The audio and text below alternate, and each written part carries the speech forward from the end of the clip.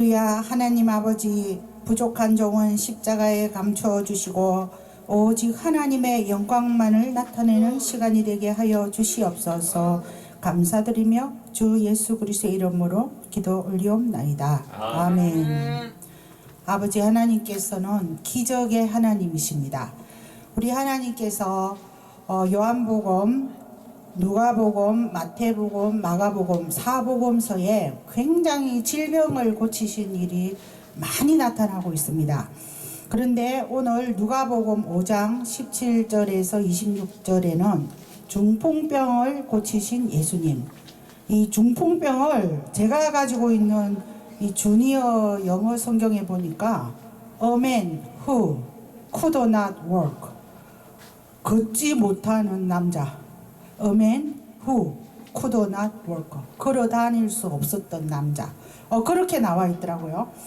그런데 이제 저도 어제 아침에 자고 있는데 이 가슴에 통증이 와가지고 아이고 이거 심장병 아닌가 겁이 나가지고 종합병원에 가서 엑스레이도 찍고 심전도 검사도 했는데 아무 이상이 없었습니다. 아멘. 천만다행입니다. 아멘. 이와 같이 우리는 어떤 질병이라는 것이 다가오면 갑자기 절망이 오면서 아이고 집 사놓고 자녀 결혼시킬 때 되고 살만한데 이거 하나님이 데려가나 막 이런 걱정도 살살 되고 그렇습니다. 그래서 느닷없이 저도 막 엑스레이도 찍고 심전도도 했더니 마침 이상이 없었습니다. 이와 같이 우리는 이 질병 때문에 어떠한 사람도 다 고민해보지 않았던 사람은 아마 한 명도 없을 것입니다. 두통, 안과, 이비인후과, 치과, 뭐 갑상선, 유방, 또 뭐 위장, 내장, 신장, 뭐 또 자궁, 전립선, 관절염, 뭐 수도 없이 많은 질병들이 있는데 인생의 중반을 맞이하면 어떠한 병이라도 하나씩은 다 달고 있습니다. 그와 같이 질병을 가지고 있기 때문에 예수님께서는 누가복음 15장 17절에서 26절까지 딱 읽어보니까 지금 이제 17절에서 26절 사이에 이 중풍병이 걸려가지고 침대에 딱 누워있는 중풍병자를 그 식구들하고 이웃들하고 4명이서 예수님 앞으로 중풍병을 고치기 위해서 몰려왔습니다. 그런데 예수님 앞에는 너무나 허다한 무리들이 질병을 고쳐달라고 애원하고 있으니까 도대체 자기 차례가 돌아오지 않으니까 이 중풍병 A man who could not walk, 걸어다니지 못하는 그 남자를 침대에 침상에 누인 채로 지붕에 올라가서 기아장을 다 뜯어버리고 그냥 4명이서 그냥 줄을 달아 내려가지고 예수님 앞에 탁 갖다가 놨으니 그 주석 같은 거 찾아보면 요즘은 막 아파트 콘크리트 지붕인데 그 당시에는 기와 지붕이라서 기아장을 다 뜯어내고 중풍병을 고쳐달라고 예수님 앞에 왔습니다. 그랬더니 예수님께서 믿음을 보시고 15장 20절에 예수께서 그들의 믿음을 보시고 이르시되 이 사람아 내 죄사함을 받았다 이렇게 말씀하셨다는 것입니다. You are forgiven, your sin, 너의 죄에서 용서를 받았다. 그러면서 일어나 걸어서 가라, get up and go home, 일어나 걸어서 가라, 그렇게 말씀하셨다는 거예요. 그래서 제가 이 장면을 보면서 아픈 사람들은 예수님한테 매달려도 이 중풍병자처럼 지붕을 그냥 딱 부시고라도 하나님한테 내려와야 된다, 이런 믿음을 하나님께서는 요구한다는 것입니다. 그런데 우리가 아플 때에 저도 과거에 마침 오늘 김민규 전도사님하고 오다가 길에서 만났습니다. 지금 계속 머리가 두통이 엑스레이 찍어도 아무 일도 없는데 아팠어요. 저는 막 그렇게 말씀을 하시길래 저도 그랬습니다. 제가 신학 석사 공부할 때에도 항상 두통이 있었고 새벽이면 항상 두통 때문에 제가 아침밥을 못하고 우유, 빵, 과일을 주고 밥도 안 해먹고 살고 했는데 그것이 많은 세월이 지나고 나서 보니까 이것이 영적인 싸움이었습니다. 근데 요즘은 안 아픕니다. 근데 하나님께서 왜 신학교, 전도사, 목사, 그런 선교사 그런 분들에게 질병을 주냐면 아직도 너가 부셔져야 하리, 아직도 너가 부셔져야 할 부분이 있으니까 처음에는 머리에 조그만 목 같은 거 하나 박아서 탕탕탕 쳐서 깨지나 보니까 안 깨져. 나중에 이제 망치로다가 하나 더 탕탕탕 깨도 안 깨져. 그럼 나중에 이제 핵폭탄을 그냥 탁 터뜨려서 깨지면 그때 드디어 예수님 앞에 깨어지면 예수님의 빛나는 도구로 사용할 수 있다는 것입니다. 제가 그래서 32세에 예수님께 부름받고 거의 뭐 10몇 년을 두통으로 저도 고통을 받았는데 병원에 가면 엑스레이 찍어도 안 나와, CT 차도 안 나와. 그럼 목사님 불러서 예배 들어보면 아, 이는 주님의 영광을 위한 병입니다. 더 기도하십시오. 그런 응답만 받았습니다. 그래서 마치 이 문둥병자, 중풍병자 혈류증을 고쳐주신 예수님께 주여 고쳐주시옵소서, 주여 고쳐주시옵소서. 거의 막 한 달에 3일씩은 금식기도 하고 매달리고 하나님 고쳐줄 때까지 난 금식 한 달에 3일은 금식하고 계속 그냥 15년 20년을 하나님께 이제 매달린 결과 지금은 두통이 사라졌습니다. 이와 같이 하나님은 우리의 질병을 고쳐주시는데 근데 저는 참 하나님께 질문을 잘합니다. 하나님, 저 왜 까닭도 없이 CT 촬영해도 안 아프고 엑스레이 촬영해도 안 아픈데 왜 두통이 오는 것입니까? 이유를 알려주십시오. 이유를 알려주십시오. 다 기도를 했더니 하나님께서 너는 남을 시샘하고 질투하고 너는 아직도 그런 부분이 덜 깨졌다. 비방도 하고 그러니 그것을 버려라. 실제로 응답이 왔어요. 그러면서 하나님께서 옛날에 뭐 대형 교회가 하나 생기면 조그마한 교회 목사님들은 대형 교회만큼 훌륭하지도 않으면서 그 막 훌륭한 목사님 자꾸 집어내리잖아요. 그런 시기 질투 비방 그와 마찬가지로 아 나는 지금 뭐 조그만 집 살고 있는데 나보다 더 좋은 막 50평 60평 사는 사람 그것도 또 구역 예배가 또 뭐 그것도 또 조금 질투도 나고 그런 여전히 우리는 육의 사람이 발동되어서 육신적인 것 때문에 상대방을 시기 질투하는 부분이 있었답니다. 그래서 하나님께서 험담하거나 비방하거나 시기 질투하거나 그런 것까지도 다 버리고 온전하게 거룩하고 정결하고 깨끗해져라. 그 응답을 받고 이제는 누가 100평짜리 산다 해도 시기 질투 안 하고 누가 지하에 산다 해도 미워하지 않고 그렇게 하나님 앞에 이제 똑바로 서기로 하면서 제가 하나님 앞에 잘못한 거 용서해 주십시오. 용서해 주십시오. 용서해 주십시오. 너무나 이제 죄를 용서함을 해달라고 기도를 하는 시간을 많이 가지면서부터 두통이 사라졌습니다. 그러므로 하나님께서 디모데전서 6장에 7절에 빈손으로 왔다가 빈손으로 가는 인생이다. 왜 그렇게 땅에서 많은 욕심을 가졌냐. 욕심을 버려라. 탐심을 버려라. 하나님께서 또 그렇게 말씀하시고 또 주기도문 마태복음 6장 9절에서 13절로 우리에게 너희는 이렇게 기도하라.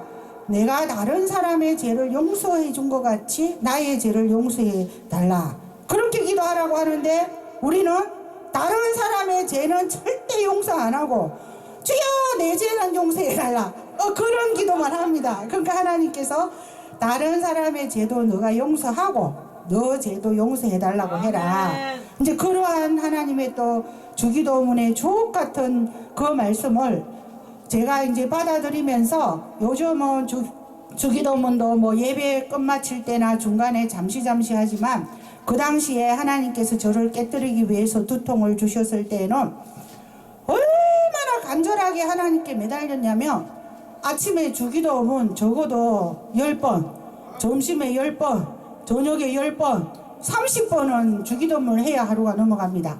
그런데 이 주기도문을 할 때에 하나님께서 질병을 고쳐주시고 하나님께서 우리의 삶을 거룩한 방향으로 나아가게 해주셨는데 일전에 제가 그 전도실에서 잠시 봉사를 할 때에 그 전화 신방하는 그런 부서였었습니다. 그래서 전화 신방을 해서 할렐루야 댁에 어떤 일이 있으십니까? 무엇을 기도해야 됩니까? 그랬더니 우리 아들이 지금 여기 말하는 어멘 후 쿠드 나돌커 걸어다니지 못한다. 누워만 있어서 아들 대소변을 내가 받아들이고 있다. 근데 어떻게 했으면 좋겠냐? 그래서 제가 딱 이 얘기를 드렸습니다. 유명 목사님 설교 들은 것이 기억나서 주기도문을 많이 하십시오. 저도 하루에 10번, 30번을 주기도문을 했으니 질병도 낫습니다. 정말 30번 하기 힘들면 10번이라도 지속적으로 하세요. 그리고 주기도문을 1000번이라도 하세요. 그러면서 하나님께 병을 낫게 해달라고 구하십시오. 그랬더니 이제 그분이 알겠습니다. 우리 아들과 그렇게 해보겠습니다. 그러고 나서 한 달 있다가 다시 전화 신방을 했습니다. 그랬더니 전도사님 실제로 우리 아들 오늘은 일어나서 제가 휠체어 태워서 같이 병원에 싣고 갔다 와서 차츰차츰 좋아지고 있습니다. 그 말씀을 듣고 정말 주기도문을 해서 죄를 용서해달라는 그 부분을 강력하게 하나님께 매달릴 때에 금방 우리가 요한복음 누가복음 5장 17절에서 26절에 나오는 그 말씀처럼 내 제사가 사함을 했다. You are forgiven your sin. 너의 죄를 용서받았다.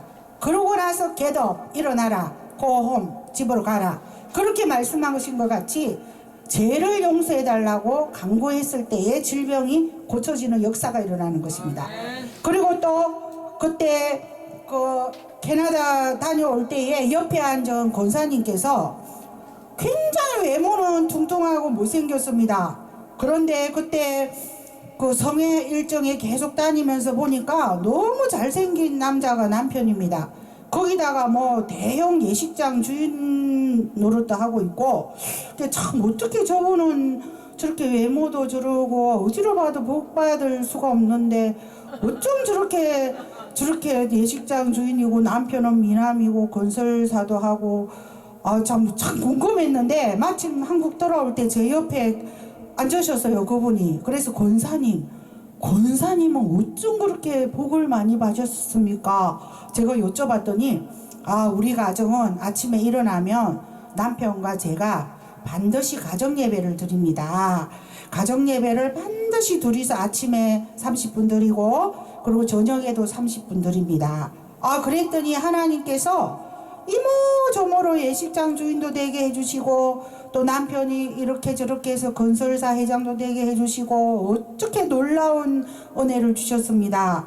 그 말씀을 하시는데 주의 종들이나 전도사나 또 가정에서도 물론 교회에서도 예배 드려야 되지만 오늘날은 이 한국이나 전 세계적으로 우주적으로 지금 교회가 대면 예배가 없어졌으므로 가정에서 밥상 하나 차려놓던지 식당 차려놓고 주기도문하고 찬송가 적어도 한 5개 정도 부르고 성경책 예수님이 직접 하신 말씀이 많이 나온 것이 마태, 마가, 누가, 요한복음, 사복음서는 굉장히 예수님께서 직접 하신 말씀이 많이 나오므로 주로 사복음서 위주로 한 절씩 성경 통독도 하시고 이렇게 가정을 천국으로 만들 때에 하나님께서 무척 기뻐하십니다.